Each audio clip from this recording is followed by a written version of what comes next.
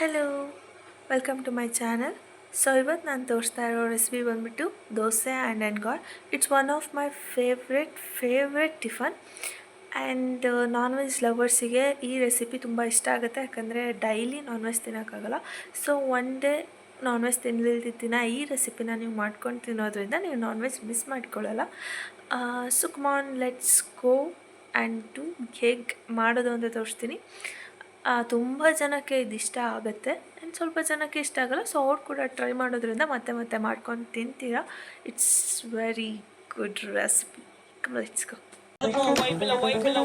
நாங்க பைக் அடித்து ரைட் அடிப்போம், ரைட்ல ரைட் கையில வானத்தை பிடிப்போம், தோழனுக்கு தோல் கொடுப்போம், தொல்ல வந்தா லேட் பார்ட்டில முடிப்போம், பாடுவண்ணா போடுவண்ணா வெயிட் ஆஃப்.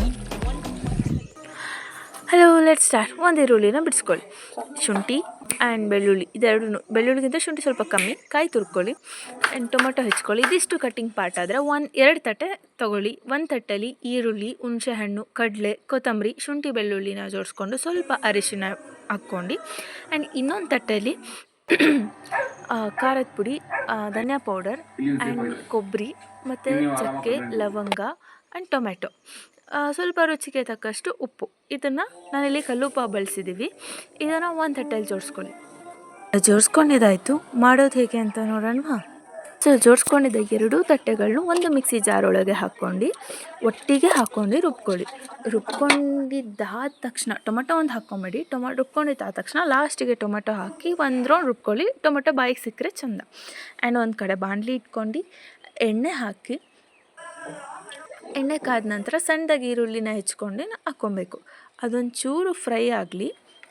ಸೊ ಹಿಂಗೆ ಕೈ ಆಡಿಸ್ತಾ ಗೋಲ್ಡನ್ ಕಲರ್ ಬರೋವರೆಗೂ ವೆಯ್ಟ್ ಕರೋ.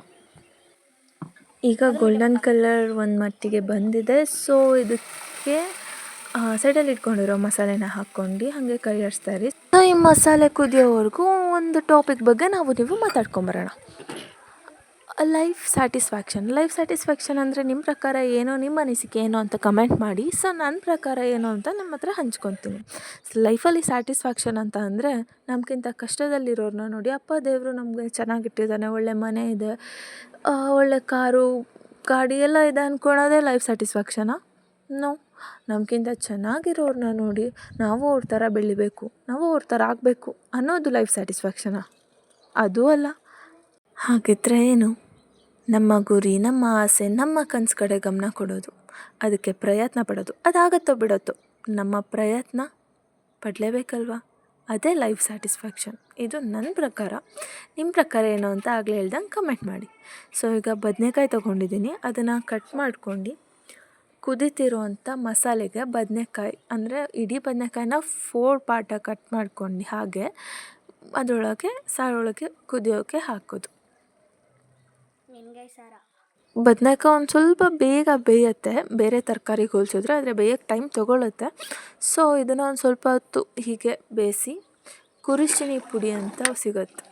ನೀವು ಸಿಕ್ಕಿಲ್ಲ ಅಂದರೆ ಕುರುಶಿನಿ ಸಿಗುತ್ತೆ, ತಂದು ಪುಡಿ ಮಾಡ್ಕೊಂಡು 1 ಸ್ಪೂನ್ ಪೌಡರ್ನ ಮಸಾಲೆಗೆ ಹಾಕ್ಕೊಂಡು ಒಂದು 5 ಮಿನಿಟ್ಸ್ ಕುದಿಯಕ್ಕೆ ಬಿಡಿ.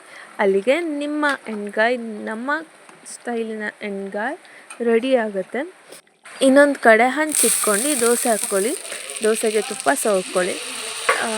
ದೋಸೆ ಆ್ಯಂಡ್ ಎಣ್ಗಾಯ್ ಇಟ್ಸ್ ಎ ರೆಡ್ಡಿ ಕಾಂಬಿನೇಷನ್. ಯಾರು ಇನ್ನೂ ಟ್ರೈ ಮಾಡಿಲ್ಲ, ಪ್ಲೀಸ್ ಟ್ರೈ ಅಟ್ ಹೋಮ್. ಇದು ಎಣ್ಗಾಯ್ಗೆ ರೊಟ್ಟಿ ಕೂಡ ತಿನ್ಬೋದು, ತುಂಬ ಚೆನ್ನಾಗಿರುತ್ತೆ. ಬಟ್ ದೋಸೆ ಎಣ್ಗಾಯ್ ಬೆಸ್ಟ್ ಕಾಂಬಿನೇಷನ್ ಅಂತಲೇ ಹೇಳ್ತೀನಿ. ಸೊ ಇದು ಒಂದು ಪ್ಲೇಟಿಗೆ ಹಾಕಿ ನನ್ನ ಕ್ಯಾಮ್ರಾಮ್ಯಾನಿಗೆ ಸರ್ವ್ ಮಾಡಿದೆ. ಅವ್ರು ನಾನ್ ವೆಜ್ ತುಂಬ ಇಷ್ಟಪಡೋರಿಗೆ ಈ ಒಂದು ಡಿಶ್ ತುಂಬ ಇಷ್ಟ ಆಗುತ್ತೆ. ನೀವು ನಾನ್ ವೆಜ್ ಮಿಸ್ ಮಾಡ್ಕೊಳ್ಳಲ್ಲ. ಓಕೆ, ಮತ್ತೆ ಸಿಗೋಣ. ಬಾಯ್.